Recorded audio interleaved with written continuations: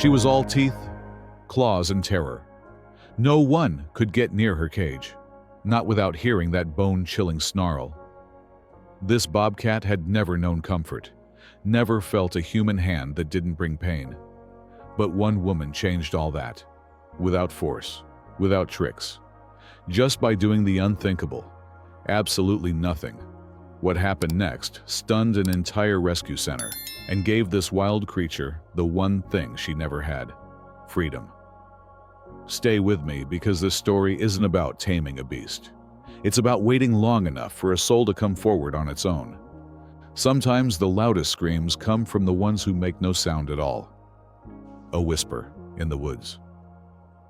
The sun had barely risen above the pine-lined hills of Franklin County, Vermont, when the call came through. A pair of local hikers had stumbled upon a crude wire cage just off a forgotten snowmobile trail in the backwoods. Inside was a bobcat, injured, thin, and pressed against the back of the rusting bars like she could disappear into metal. The hikers, unsure what to do, contacted the nearest wildlife authority. Within hours, the rescue team from the Franklin County Wildlife Rehabilitation Center was dispatched. That's where it all began. The rescue crew expected panic. What they found was worse. She wasn't thrashing, or hissing, or throwing herself at the bars. She was still, too still. Her coat, once a deep tawny gold with flecks of black rosettes, was dulled by dirt and matted fur. Blood crusted over a wound near her shoulder, and a small tear split the top of her left ear. Her eyes, amber and wide, didn't even blink when the team approached. She was awake, aware, but so far gone into herself that even the primal instinct to flee had vanished. She didn't have a name. That was intentional. Staff later explained that giving her a name would risk humanizing her too soon. But they all called her the bobcat. Some whispered ghost, because she moved silently and vanished into corners like smoke. They estimated she was about 3 years old, young, strong, but visibly damaged. Based on the crude trap and remote location, they guessed she'd been caught by someone operating illegally, possibly trying to sell her pelt or train her for exotic display. When that plan went south, she'd been abandoned, left in a cage to either die or be found. And now she had been. Back at the rehab center, the bobcat was given a clean, private enclosure away from other animals. No glass walls, just sturdy wire fencing and a reinforced den box. The vet team treated her wounds under sedation and left her alone, hoping space and silence would help. But it didn't. She didn't eat. She didn't move unless absolutely necessary. She didn't react to noise, to light, to humans gently calling from outside the enclosure. She simply curled tighter into herself. Like if she stayed small enough, no one would see her pain. Word spread quickly through the facility. The newcomers always asked about her. "That's the ghost cat," someone would say. "No one gets near her." Until Emma Gray returned from her 3-day break and read the intake report. She stood in front of the bobcat's cage that first morning, watching the silent animal fold herself into the corner. Emma didn't speak, didn't move. She just watched. And for the first time in days, the bobcat blinked. A whisper. But it was enough. Not every rescue begins with action. Sometimes it begins with stillness. A specialist enters. Emma Gray wasn't the type to make a loud entrance. When she pulled into the gravel driveway of the Franklin County Wildlife Rehabilitation Center that morning, her pickup barely made a sound. The sky was still streaked with the soft pinks of early morning frost, and her boots crunched over the light layer of ice clinging to the porch steps. She paused before opening the door, breathed in that sharp mountain air, and let it fill her lungs with purpose. Inside, the shelter was already coming alive. Volunteers scrubbed kennels, dogs barked in distant corners, and a snowy owl clicked its beak from a high perch. Emma nodded at familiar faces, exchanging quick mornings, before heading straight to the intake board. That's when she saw the note pinned with a red clip. Adult female bobcat, estimated age, 3 years, found caged, malnourished, extremely reactive, no approach possible. She read it twice, then turned toward the far wing of the center. The bobcat's enclosure was isolated, tucked away behind reinforced doors, far from the more sociable animals. As Emma approached, she adjusted her jacket, tugged her auburn hair into a tighter knot, and lowered her pace to a quiet shuffle. She didn't speak, not yet. This part was about observation. The enclosure came into view. The creature inside was curled against the rear wall, her body barely more than a tense bundle of muscle and bones. Her fur was cleaner now, thanks to the initial vet check, but the wild look in her amber eyes had only deepened. She didn't look at Emma, didn't move, but her ears, small and black-tipped, twitched once, just once. Emma stood there for a long moment. Her hazel eyes took in everything, the flinch at sound, the heavy rise and fall of breath, the claws half unsheathed against the cement. Some would say the bobcat was broken, but Emma didn't believe in broken things. She believed in time, in space, in choice. She didn't need to force trust, she just needed to make room for it to happen. And as she turned away that first morning, Emma already knew this wasn't going to be a fight. This was going to be a waiting game, a long one, first encounter. The next morning, Emma arrived earlier than usual. The sky was still a deep blue-gray, and the center was quiet. Just the hum of thermostats and the occasional shuffle of a waking animal. She skipped the intake board this time, went straight to the far wing, thermos in hand, boots leaving damp prints along the linoleum. This wasn't a day for treatment. It wasn't even a day for progress. It was a day for presence. When she reached the bobcat's enclosure, she didn't speak. She didn't try to make eye contact or call out soft reassurances like so many well-meaning volunteers had done before. Instead, Emma walked to the edge of the safety zone, lowered herself slowly to the ground, and crossed her legs. Her back rested against the wall. Her thermos sat beside her knee. She didn't even glance directly at the animal. Inside the cage, the bobcat was in the exact same position as the day before, curled tight into the farthest corner, head low, body coiled like a spring loaded with fear. But this time, her eyes didn't immediately close. She was watching, just barely, but watching. Emma stayed for nearly an hour. She sipped coffee, adjusted her sitting position once or twice, and occasionally glanced sideways toward the cage. Not to stare, just to acknowledge. She wasn't a threat. She wasn't trying to fix anything. By the time the hallway lights brightened fully and the first round of volunteers began their morning shifts, Emma stood slowly, rolled her shoulders, and walked away without a word. Later that afternoon, Director Samuel Hart caught her in the break room. "Waste of time," he muttered, motioning toward the bobcat's wing. "She won't eat, won't move. I've seen this before. Nothing gets through to animals like that." Emma only nodded, but deep down, she disagreed. She wasn't looking for a breakthrough today. She was laying a foundation, one that didn't rely on force or commands or food lures. Just being there, consistently, without expectation. And somewhere behind those amber eyes, she hoped the bobcat would start to feel it. That she was no longer alone. Trust doesn't bloom in noise. It grows in silence, one breath at a time, sitting in stillness. By the third day, Emma had a routine. She would arrive just after dawn, well before most of the center stirred. The mornings in Franklin County were crisp now. October was deepening, and the chill bit through her gloves. Still, every morning, she made her way to the far wing, set her thermos down by the wall, and eased herself into her now familiar position on the floor. No clipboard, no distractions. Just her and the bobcat, separated by wire and a stretch of concrete. The enclosure lights flickered on automatically. As usual, The bobcat was already awake, curled like a comma in the corner.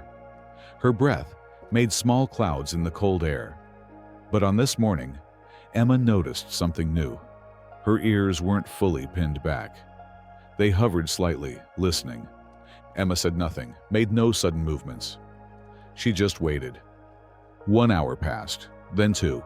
Staff came and went behind her, some peeking in curiously, others giving her a sympathetic shake of the head. To them, this probably looked pointless, like Emma was meditating in front of a rock.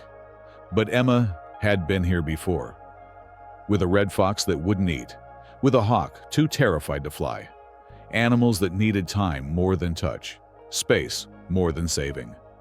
By mid-morning, a volunteer named Alicia stopped by with breakfast for the bobcat, fresh rabbit meat cut into manageable portions. She crouched beside Emma and whispered, "She didn't touch dinner last night." Again, Emma only nodded and motioned for Alicia to set the bowl just inside the enclosure door, as close as protocol allowed. Then the girl left, her footsteps echoing down the empty hall. The bobcat didn't move, but her nose twitched. It was slight, almost imperceptible, but Emma saw it. That flicker of instinct fighting its way through the fog of fear. The scent had reached her, and even if she didn't act on it now, she had noticed.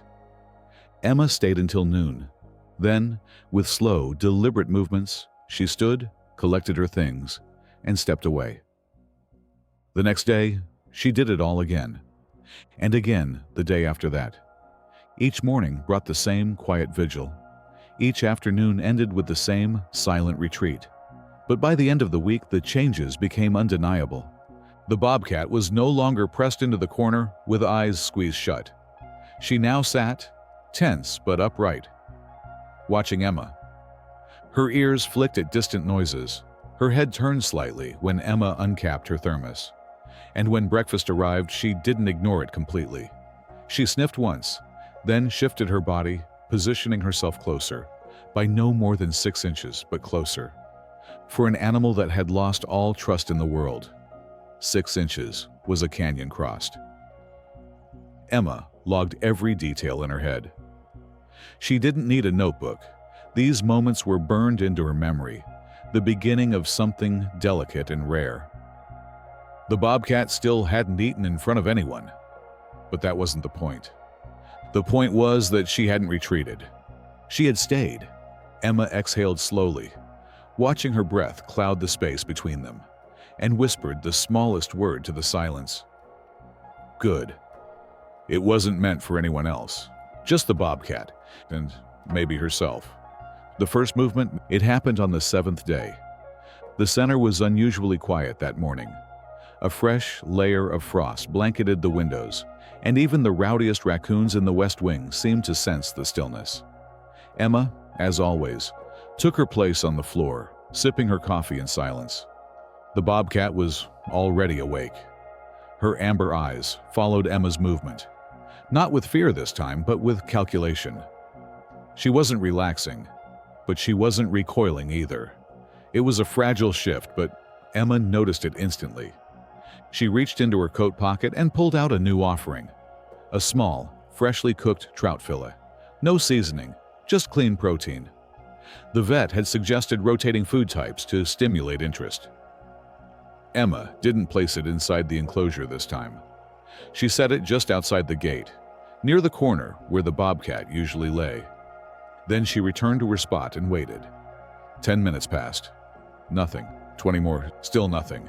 But then, as a shaft of morning light crept across the enclosure floor, Emma saw it.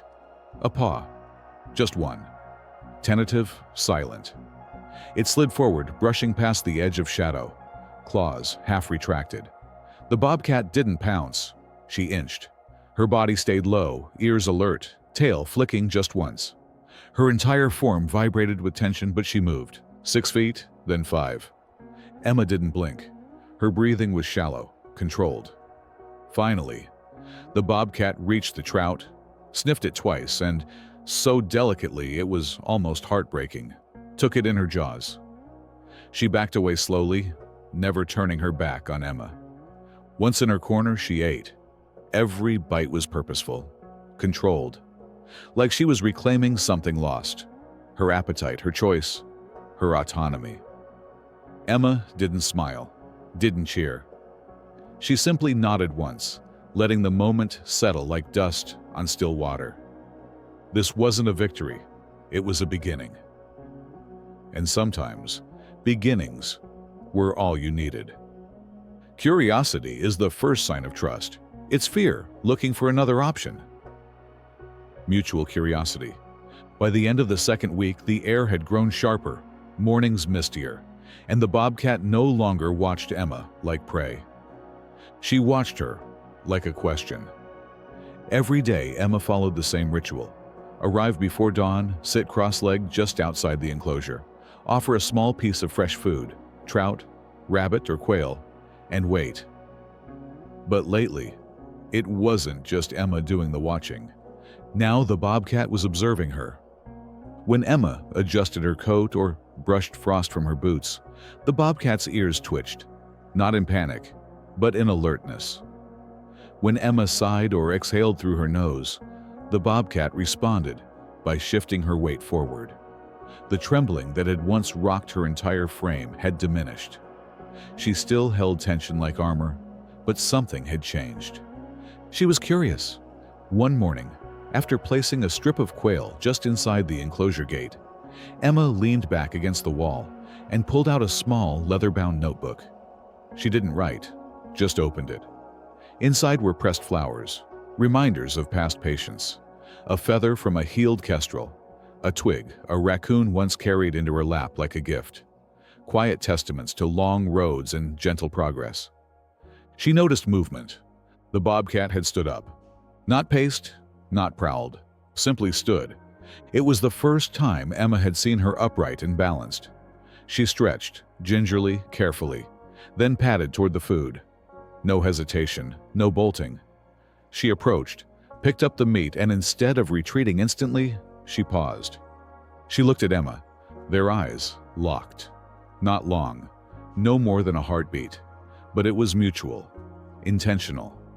It was enough to freeze Emma in place, not out of fear, but reverence. The bobcat chewed slowly, her body relaxed in a way Emma hadn't seen before. Her tail curled loosely around her side. Her breath came steady. She wasn't comfortable, not yet, but she wasn't afraid either. And when she finished eating, she didn't retreat to the farthest corner. She stayed in the open, laying down near the enclosure's edge, only 4 feet from where Emma sat. That night, Emma wrote in her real notebook, not the flower one, but the medical log. Observed patient approaching food without defensive posture. Maintained proximity to human presence for 9+ minutes. Breathing calm. Posture low alert. It wasn't poetry, but it was progress. And sometimes, in rescue work, progress looked a lot like stillness. The first touch. The third week arrived with early snow. It wasn't a blizzard, just a light powder that settled across the treetops and softened the edges of the world. The shelter's walkways were slick, and the staff moved a bit slower in the mornings. But Emma was already in place, her usual seat against the wall just outside the bobcat's enclosure, a thin wool blanket wrapped around her shoulders, and a thermos nestled between her knees. Inside, the bobcat was pacing, not erratically, more like a rhythm had formed. 4 steps forward, pause, 2 steps back. Ears perked, eyes sharp. She was restless, alert, and very much alive. Emma could feel it, the subtle tension in the air. This animal was on the edge of a decision. She reached into her coat and pulled out a treat. Not food this time, but a piece of soft leather cord she had knotted into a simple ring. No scent, no trap, just something new. She placed it gently in front of the gate and sat back, letting the moment breathe. The bobcat stopped. She eyed the object cautiously, head tilting slightly. Then, she looked at Emma. It wasn't a challenge, it was curiosity. And that's when Emma did something she hadn't done before. She slowly extended her open hand, palm up, 2 feet from the gate. It wasn't a request, it was an invitation. The bobcat stared. Minutes passed. The center behind Emma hummed with distant activity. But in this hallway, everything was still. Then the paw came forward. One step, another. The bobcat crossed the invisible line she had never dared to cross before. Her body remained taut, ready to retreat, but her eyes never left Emma's hand. And then, so gently it nearly brought tears to Emma's eyes, the bobcat extended her muzzle, sniffed once, and let her whiskers brush against Emma's fingertips. A breath caught in Emma's throat. She didn't move, didn't speak. She just stayed present. The bobcat didn't flee. She lingered. The contact was brief, delicate, but deliberate. She was choosing this. Emma knew better than to chase the moment. She let her hand rest there, motionless, as the bobcat stepped back, calm and controlled. It wasn't just about touching a wild animal. It was about being touched by one, by trust, by vulnerability, by a creature learning that not all hands bring harm. Emma exhaled slowly, her breath fogging the air between them. This wasn't the end of fear, but it was the beginning of something better. Compassion doesn't always mean keeping something safe. Sometimes it means letting it go. The debate. Healing isn't the destination. It's the doorway to a harder question. What now? By the fourth week, the transformation was no longer subtle. It was undeniable. The bobcat, once a shattered shell of survival instinct and terror, now moved with grace and purpose. She no longer pressed herself into corners. She paced the enclosure with alert eyes and a tail that flicked with curiosity instead of fear. Her meals were consistent, her posture relaxed, and every morning, without fail, she was waiting, sometimes standing, sometimes seated near the gate, before Emma even stepped into the hallway. They had built something, not a bond in the domestic sense, not affection, not ownership, but recognition, mutual awareness, a rhythm. Emma offered presence and patience. The bobcat responded with silence, movement, and eventually proximity. And so came the question. Not whispered like before, but loud, present, hanging in the air like breath in cold wind. What do we do with her now? The Franklin County Wildlife Rehabilitation Center wasn't a zoo. Its purpose was never to house animals indefinitely. The end goal was always release, when possible. But with the bobcat, possible was complicated. Director Samuel Hart, a man as pragmatic as he was seasoned, called a formal evaluation meeting. The team gathered in the modest conference room, more utility closet than boardroom, where charts, data sheets, and tranquil tones formed the walls of most decisions. Emma came prepared. She brought nothing but her memory and her resolve. Samuel opened the meeting briskly. Behavioral notes say she's calm with staff. No signs of aggression. Trusting one handler, Emma. Eating on schedule. No vocal distress. No environmental triggers identified. He paused, then asked the room, "Is she safe to release?" A long silence followed. Alicia, the youngest staff member, broke it first. "She's different now, but if she's too comfortable around people, could that make her vulnerable?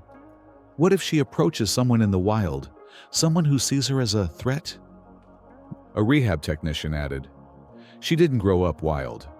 We don't know how long she was caged. There's a real chance she won't hunt effectively, or that she'll wander into towns."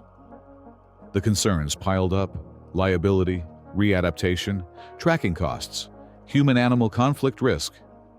Emma listened to every word. Then she finally stood. "She doesn't seek me out because she's tame," she began, voice steady. "She does it because I gave her space when no one else would. She doesn't rub against the enclosure like a pet. She comes close. She watches. She decides. Every step she's taken has been on her terms. That's not dependence. That's awareness." There were murmurs. Doubt still lingered in the room like fog. "She's not broken anymore," Emma continued. "But she's not mine. She's not anyone's. If we keep her here, we turn survival into stagnation. Her instincts are waking up. I've seen it. The way she watches birds overhead. The way she tracks the scent of new objects. She doesn't want our affection. She wants her world back. But wanting it, Samuel said carefully, doesn't mean she's ready for it. Then let's test her, Emma countered, stepping forward. Controlled environments, simulated hunting, minimal interaction. If she fails, we reevaluate. But let's not decide for her. Let's let her show us who she is. That struck a chord. After hours of debate, the conclusion was tentative, but clear. The center would prepare a gradual rewilding protocol. Emma would lead the process. The bobcat would undergo practical testing. And if all indicators aligned, she would be relocated to a protected natural habitat, monitored but free. It wasn't a guarantee, but it was a chance. And sometimes, that was the best any wild heart could ask for. Training for the wild. With the team's reluctant green light, Emma knew the real work was just beginning. The bobcat wasn't simply being prepped for release. She was being reminded of who she used to be, of instincts buried beneath trauma, of senses dulled by months in a cage. It was a process that required patience, precision, and a strange blend of scientific structure and emotional intuition. The first step was diet. Gone were the clean-cut fillets and hand-fed treats. From now on, all food would be hidden, buried under leaves, dangled from branches, or placed high where she'd have to climb. Her enclosure became a puzzle, and each meal demanded effort. The bobcat responded with swift, almost eager adaptation. Her lean frame grew stronger. Muscles along her shoulders thickened. Her eyes stayed sharp, alert. Next came live prey simulations. Not real animals, ethics ruled that out, but motorized lures, rabbit dummies, and scent trails. Emma would set them in motion from behind one-way glass, watching how the bobcat stalked, pounced, adjusted.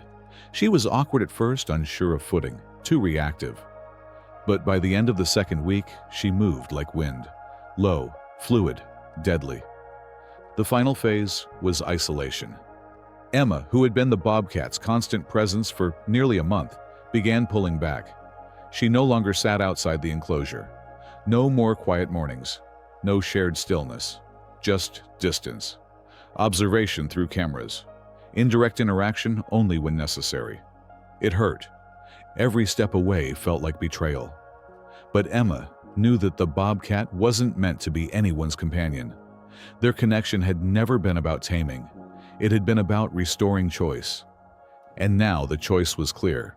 The bobcat didn't wait by the gate anymore. She didn't pace or look for Emma. She patrolled her territory. She rested in high perches.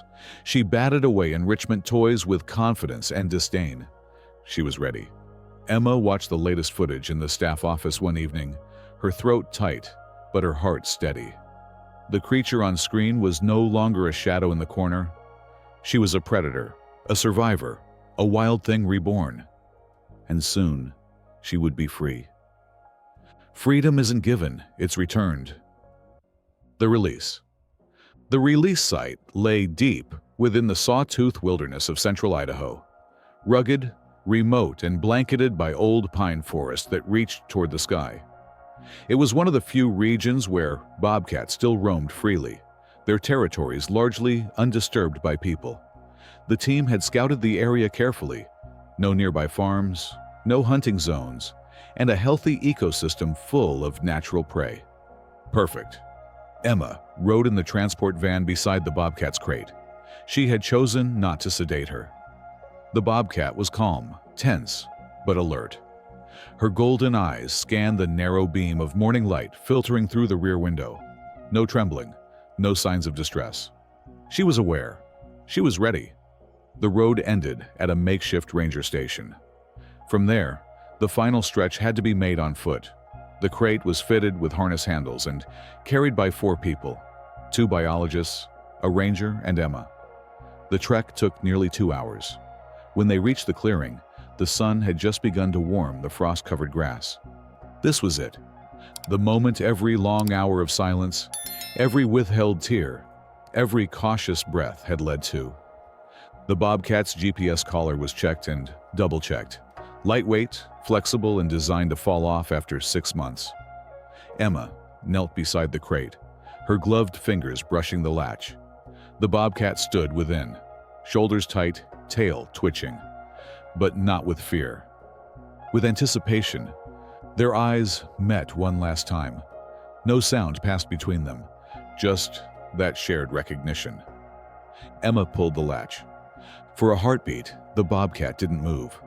Then, graceful and silent, she stepped out, one paw at a time, nostrils flaring, head high.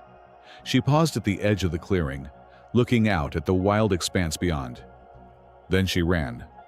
No hesitation, no look back. Just the powerful, fluid sprint of a creature reclaiming her world. Emma didn't chase the moment. She didn't cry, not then. She just stood still and whispered, "Go live." And the forest swallowed her whole. The wild calls back. Weeks passed. Emma returned to the rhythm of the shelter, new rescues, late-night emergencies, long meetings, and quiet recoveries. But one part of her mind remained in the wilderness. Every day, she checked the GPS feed from the bobcat's collar. Every dot on the map told a story. Small movements at first, then sweeping arcs across ridgelines, riverbanks, and dense thickets. She wasn't just surviving. She was thriving. The bobcat established a territory roughly 10 square miles wide, overlapping no known trails or human settlements. She hunted, she nested, she moved with purpose. The telemetry data showed consistent patterns, feeding cycles, resting dens, even a favorite spot along a high ledge where she'd linger at sunset. But it was one alert in early spring that made Emma's breath catch in her throat. It was a cluster, a small area, no more than 50 yards in radius, where the bobcat stayed for almost 2 full days. Then she moved in short bursts, returned, moved again. This pattern repeated for weeks. To Emma, it was unmistakable. She wasn't alone. The biologist confirmed the theory 2 weeks later. Tracks, tiny ones, fresh, cubs. The bobcat had given birth. In the silence of her reclaimed world, she was passing on life. Instincts intact, strong, whole, unbroken. Emma sat at her desk, fingers lightly brushing the GPS screen. The signal pulsed slow and steady. Somewhere out in the vast tangle of pine and granite, the bobcat was living as she was always meant to, free, fierce, and fully herself. She would never return to the shelter, would never brush against Emma's hand again. But she didn't need to. Their story wasn't built on possession. It was built on permission. The permission to heal, the permission to trust, and most of all, the permission to let go. Emma closed the laptop and stepped outside. The wind carried the scent of cedar. Overhead, birds traced the sky in soft spirals. She smiled. Not every rescue ends in reunion. Some end exactly where they're supposed to, in the wild. The legacy of trust. Months passed. Emma still arrived early every morning, her footsteps echoing down the same quiet corridors of the shelter. New animals came in, some starving, some wounded, some too frightened to even look at her. The work never stopped. Healing was a cycle, not a finish line. And yet there was something different now. Something changed inside her. It wasn't just about routine, or patience, or even the bond she had formed with that one remarkable bobcat. It was what that experience had left behind. A quiet reminder, a subtle shift in how she moved through the world. Trust, she'd learned, is earned in stillness. It's not coaxed, not bought with treats or tricks. It's given freely, only when the other heart decides it's safe to be seen. She began using new methods with the newer arrivals. Less focus on behavior correction, more time sitting in silence, just being present. Some of the other staff called it Emma's invisible language. But it wasn't invisible. It was respect. And slowly, it worked.